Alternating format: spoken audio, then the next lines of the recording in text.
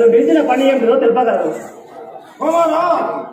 ఎక్కడితో పోటీ వచ్చి మన ఉద్యోగం విడిచి మన రాక్షసులను చంపిందట. ఈ సహోదరుని అచ్చయ్యని స్వదించి ఉండవటం. నువ్వు ఇప్పుడే పోయి ఆడిని బంధించి పట్టడము.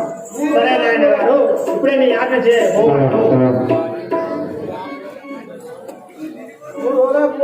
నాయన పోయి వచ్చరాయ పోతే